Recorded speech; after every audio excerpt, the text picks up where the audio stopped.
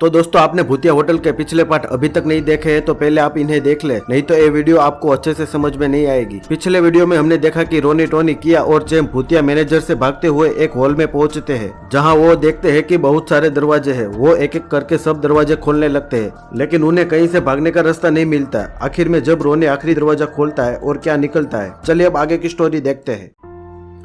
जब रोनी रूम का दरवाजा खोलता है और देखता है अंदर रूम में खाने की टेबल लगी रहती है और रूम भी एकदम साफ था। इससे पहले कि रोनी कुछ बोल पाता, चैम दौड़ के रूम के अंदर चला जाता है और बोलने लगता है, यार इतनी देर से भागते भागते भूख लगने लगी है, यहाँ तो हर टाइप का खाना रखा हुआ है, चलो खा लेते हैं। तभी किया कहती है, अरे नहीं नहीं नहीं, कुछ तो गड़बड़ है चैम, हम लोगों को यहाँ खाना नहीं खाना चाहिए। उसी वक्त किया का नीचे का फ्लोर गायब हो जाता है और किया जोर से नीचे गिर जाती है और पूरा फ्लोर वापस बंद हो जाता है। ये देखते ही सब डर जाते हैं। तभी पीछे से मैनेजर छत पर चलते हुए आता है और कहता है, डियर गेस्ट, ये खाना हमारे स्टाफ ने बहुत प्यार से आपके लिए बनाया है, अगर ये वेस्ट हुआ तो सबको बहुत बुरा लगेगा। रोनी बोलता है, कौन सा स्टाफ? तब मैनेजर चारों तरफ इशारा करता है और चारों तरफ दीवार में आंखें निकल आती है और उनके तरफ देखने लगती है और धीरे धीरे बहुत सारे हाथे बाहर निकलने लगते हैं। तभी टोनी एकदम से घबराकर कहने लगता है, क्या करेंगे हम लोग अब? तभी मैनेजर उनको बोलता है, डियर गेस्ट, आपको कुछ नहीं करना, जैसे आप लोगों ने यहाँ रात रुकने का प्लान बनाया था वैसे रुके और सुबह चले जाइए। तभी रोनी मैनेजर से कहने लगता है, तुम प्रॉमिस करते हो हम लोगों को यहाँ से सुबह चले जाने दोगे? तब मैनेजर कहने लगता है, बस आप अपना खाना खत्म कीजिए और रूम में चले जाइए और सुबह आपका चेकआउट हो जाएगा।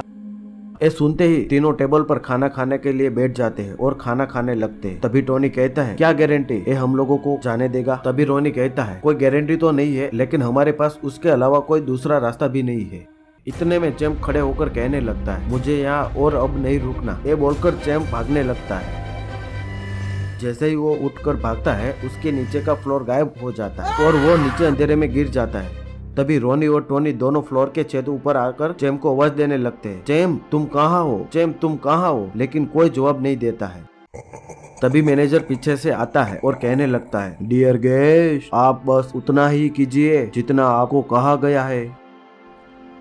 रोनी और टोनी फिर अपनी रूम की तरफ जाने लगते हैं। वो देखते हैं कि पूरा होटल एकदम डरावना हो गया है। तभी उन्हें किया की आवाज सुनाई देती है, रोनी, टोनी जल्दी से यहाँ आओ।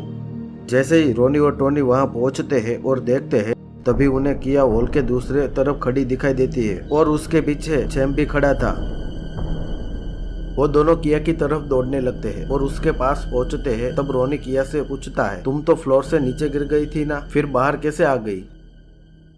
तब किया बताती है, मैं गिर के नीचे बेसमेंट में चली गई थी, वहाँ मैंने देखा कि बहुत सारी हड्डियाँ पड़ी हुई थी, वहाँ एक गोल घेरे में एक खोपड़ी पड़ी हुई थी। मैंने जैसे ही वो उठाई, दीवार के सब हाथ और आंखें गायब हो गए। मुझे समझ आ गया कि खोपड़ी ही हमें यहाँ से बाहर निकाल सकती। तब टोनी ने चैम को कहा कि चैम तुम कहाँ चले गए थे?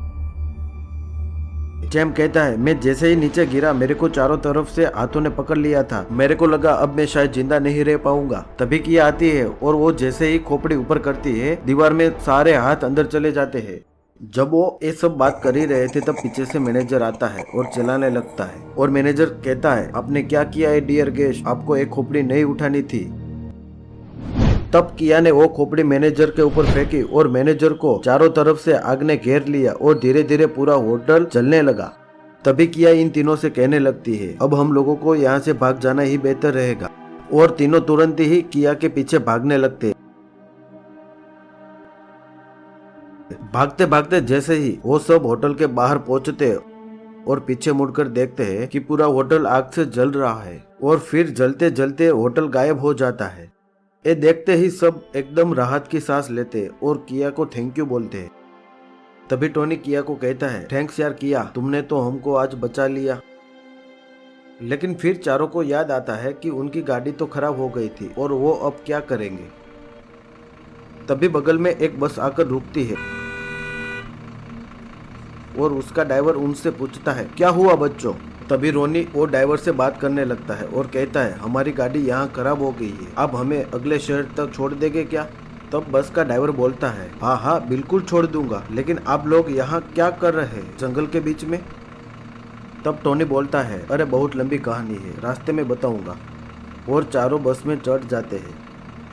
तब बस का ड्राइवर बस का गेट बंद करता है और मुस्कुराकर कहने लगता है, शायद मैनेजर ने अपना काम अच्छी तरह से नहीं निभाया है, और हंसते हंसते गाड़ी चलाने लगता है।